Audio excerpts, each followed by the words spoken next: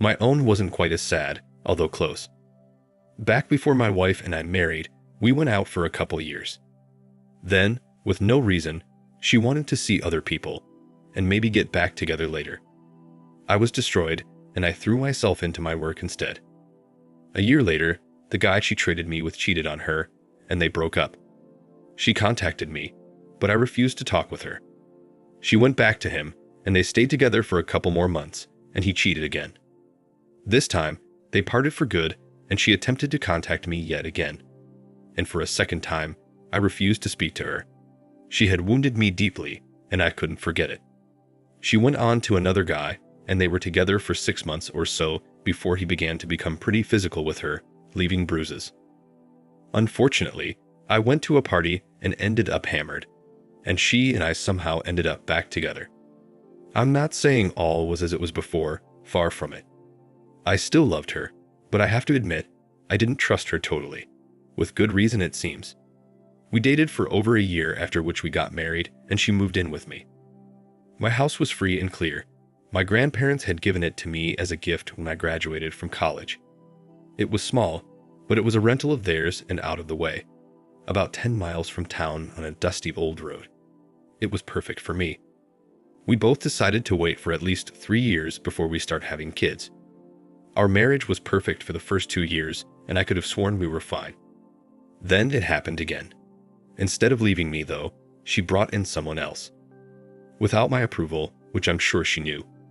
It was Valentine's Day, and I got off work after a half day, bought flowers and a nice card, and headed on home, to find a car I knew sitting there. I knew it because it was the same car her old boyfriend she dropped me for drove. I parked a distance from my house and walked the rest of the way. The front door was locked, understandably, and I went around to the back where we had a key hidden and went in the back door. Through the kitchen and down the hall I went after making sure no one was in the living room, and I heard them before I opened the door, the springs squeaking and the moans. I opened the door just enough to look in and make sure it was my wife. Hey, anything can happen, and I needed to see with my own eyes. Yep, there she was, on her back, under the covers with Tom between her legs, and the covers moved up and down with him pounding my wife. My beautiful young wife, lean and so full of love for someone else. It never dawned on me to harm them. I wanted her gone from my life. To see her offer everything that was mine to someone else was painful beyond what I could imagine. I had to break up the party and walked in. Annie saw me first and shrieked, pulling the covers over her face. Tom jumped out of bed as he began to pull his clothes on. I just watched quietly. The room was silent except for the sobs coming from under the covers. When he finished dressing, he looked at me, hoping I'd get out of the way. But I continued to block the doorway, even though he was substantially larger than me. Then I broke the silence. I asked if he isn't forgetting something. He looked around in confusion and back to me. I looked at him like he was an idiot and said, "Take her with you. Get her up and dressed, and the two of you get out of here." Immediately I said that, she started screaming. By the time it was over, I made him drag her from bed, forcibly put the clothes on she'd already worn that day, and he dragged her from the house screaming at the top of her lungs. Tom had moved back to town to his parents, and I told him over the next few days I would be dropping her stuff off at his house. Throughout all of this, he never uttered a word. Outside of being a well-known man whore, he was a likable guy. Unfortunately for my wife, a little too likable. I could see him forcibly holding her in the car as they drove away. True to my word, I dumped off everything of hers I could find in Tom's yard. No one came out and I didn't knock on the door, I just threw it out. It wasn't until a few days later, I found out she wouldn't go to his place. He took her home to her parents about 60 miles away. She had been calling the home phone and my phone so often I'd finally unplugged the house phone and changed the number on my phone. I had nothing to say to her. A few days after I dropped her stuff off at Tom's place, her parents drove to my house. Annie was in the car too, but I told her dad when he came to the door that if she got out of that car, they all needed to leave. He told her to stay, where I could see her begin crying again. Then both parents came in. First, they apologized for her, but I told them it wasn't their fault. Then they wanted to know what they could do to make it better, to help us get around it. By their reaction to my answer, I guessed it never entered their mind. I told them there was nothing they could do, and that Annie was damaged goods and I had no desire to have her back in my life. She cheated on me in my bed and we're done. I told them all this in a calm, even voice, yet a very firm voice, leaving little opportunity for argument. Then I told them everything from back when we were first going out and how she had acted earlier. That surprised them both. Sue, Annie's mom, tried to explain how devastated Annie was. That got a snort out of me, and I told them she wasn't nearly as devastated as me. She got fucked, but I was not only fucked, I lost the woman I'd planned on having children with, raise them, and grow old with our grandchildren around. Throughout this, I was crying, and so were both of them. But I let them know it wasn't something to be fixed. Annie needed to move on and find someone else. And I mentioned Tom's name, which earned me a dirty look. Sue let me know Annie swore she would never even look at Tom again, let alone take him as her man. Of course I told them it's too late. She'd already taken Tom. She'd chosen him over me, and that was that. When they left, they made me promise I would stay in phone contact with them. They were worried about Annie and how hard she was taking the whole thing. That just made me shake my head in disappointment and muttered how hard this was for her. I think it was the next week, George, Annie's dad, called and asked if I would talk to Annie, but I refused. Apparently, she hadn't eaten since I booted her, or at least very little. She wasn't a big girl, and as lean as she was, there was little weight she had to lose. George and Sue both begged me, something that was more painful for me to hear than them to do it. It was their baby, and they were concerned she might do something harmful to herself. I had her served the next week. In the papers I had drawn up, we each took out of the marriage what we brought in, which was very little. But I offered half our saving, which was substantial for two youngsters, almost $30,000, from before we were married too. When George called me again, he was sobbing as hard as Annie was when Tom dragged her from my house. He asked if I would put it on hold, give us both a chance to cool off. He said Sue and Annie both were even more devastated, and Annie had begun throwing up the instant she was served and still hadn't eaten. They ended up calling an ambulance, and she was admitted to the hospital after we hung up. I left town. Yep, I just left. Quit my job, gave the power of my attorney to my folks to make all my decisions, and also rent out my home. Then I left. The first year was spent in Alaska, working on a fishing boat. During that time, I contacted no one. The second year, I was working on another fishing boat out of California catching tuna. The next 3 years were spent in Alaska in Prudhoe Bay, working in the oil fields.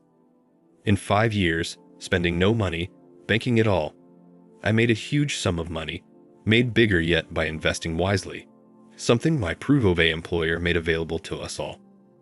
Not that I was filthy rich, but I had enough money to retire on, if only a small stipend was taken out each year. If I were to live on $50,000 per year, I would still be increasing my investments, not taking it all away. I also had part interest in a couple oil wells, 3 natural gas wells, and half a small fleet of tuna boats. The yearly income on the wells alone was okay. We had an accident in Prudhoe that made me question my mortality, and I ended up quitting and returning back to my town. My folks were shocked when I showed up on their doorstep one evening. Our conversations had been limited. I didn't want to be reminded what I had lost. But my homecoming was fantastic, and the next morning, they had called all our family, and a big party was planned for the next afternoon, a Saturday. They caught me up on Annie. After I left, she had to be hospitalized for quite some time. She refused to eat and finally slit her wrists, trying to off herself. After a few tests, they found out why. She was pregnant. George and Sue contacted my folks, hoping to get in touch with me and to let me know I was going to be a father, ostensibly to force a reconciliation. My dad, however, after letting him know they couldn't get in contact with me, that I had left town, asked George as nicely as possible for a grandparent DNA test. As happy as George was, he agreed. After the birth, when it was safe enough, they did the test, and it came back that I was not the father. George and Sue were nearly catatonic over the results. I did find out I was divorced, though. Annie refused to take half the money, and it was still sitting in the bank. After the baby was born, he had a full head of black hair exactly like Tom. He manned up and married Annie, after finding out he was a father. They had been married almost 4 years and had 2 more kids. They lived in his own house and he was making a decent living. Annie stayed at home with the kids, and the few times my folks saw her, she seemed happy enough. At the party, I was shocked to see George and Sue stop by. They had been invited by my folks and wanted to see me. I had a nice talk with them both. They said Annie was happy enough with her kids, but not so much with Tom. He still stepped out on her. He just couldn't keep it in his pants and had brought home a few surprises for her. It sounded as if she wasn't going to leave Tom over it. After all, just like I had told her folks, she was damaged goods, and who else would take her? They were both happy to hear how well I'd done while gone, although I didn't tell them I was by our standards rich, not wealthy, just very well off. They were sad, and both admitted they wished they were still my in-laws. I saw Annie one day when I was sitting at a local deli, having a sandwich and drink while doing business online. She had her 3 kids with her, and looked shocked when I looked up and we made eye contact. I wasn't angry anymore. I had put it behind me. She walked up to me, much akin to a deer that is about to run, and when I didn't bite, took the seat I offered. We had a good talk, but when she tried to explain and apologize, I told her no way. I didn't want to hear it. She tried a couple more times until I threatened to get up and leave. After that, we had a nice lunch I bought for her. Her kids were nice, and I had the oldest, a boy, sitting on my knee by the time it was over. At one point, she looked at Timmy sitting on my knee and began to cry, telling me he should have been my boy and this should have been our life together. I just smiled and told her I had always dreamed the same thing. At my words, she got up, grabbed her kids and diaper bag, and damn near ran out the door. It was a funny thing. A year later, I was married. Who did I marry? The tenant living in my house. My folks asked me to go over and talk with her moving out, and we kind of hit it off. I ended up leaving her there. She was a college student, and my folks had made the rent low enough so she could afford it and really had nowhere else to go.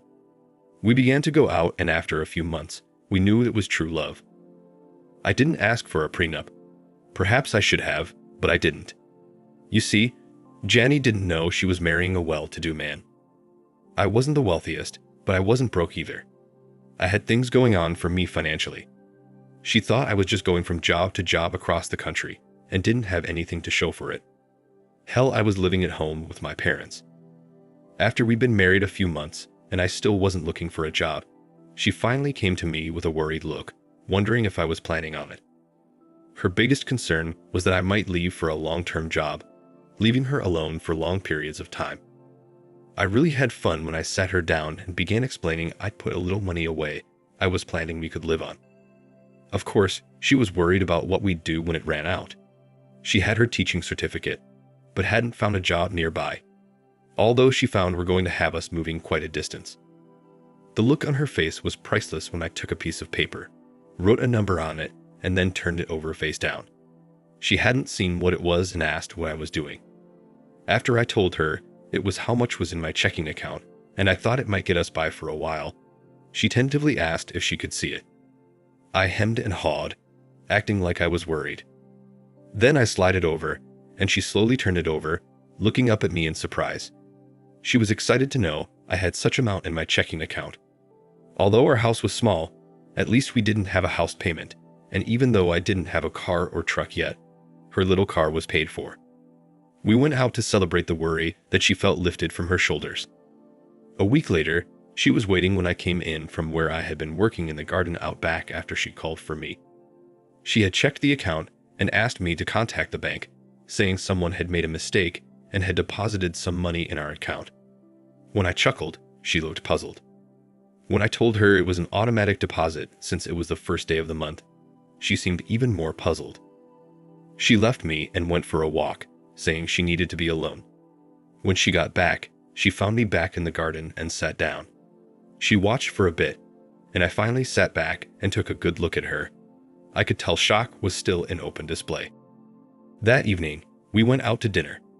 We had just our sit when I saw Tom, Annie, and their kids across the room. Both had seen us. I didn't know if they knew I was married. This was the first time I'd been out with Janny that I'd seen either one. Janny looked when I mentioned them, but that was all. She ignored them after that. She knew who my ex was from photos and knew the story, but this was the first time she'd seen Annie and had a name put to her. Our town wasn't big, but neither of us were much on going out, preferring to be alone for the most part.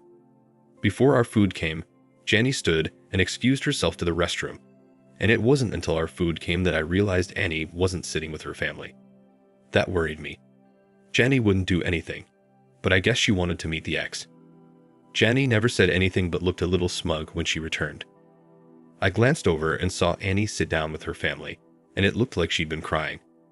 In only a few minutes, they had paid their bill and Tom gave me a dark look when they passed us to leave.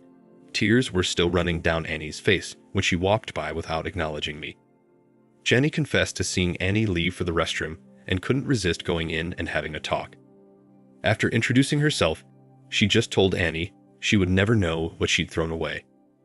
Anything else that was said wasn't shared, and I didn't care to hear it anyway. Annie was my past, Jenny was my future. Over the next few years, we welcomed our two beautiful children, a boy and a girl, and while we lived in the same house, Jenny drove the same car and was working at the local high school finally, while I drove my same used Chevy pickup I'd bought. Things were good for us, and we lived peacefully. Even during the summers, we stayed at home to take care of our little house. We have little need for much more. And as for Annie and Tom, well, let's just say revenge is best served by living well. Thank you for watching. Share, like, and subscribe to listen to more stories like this. Take care.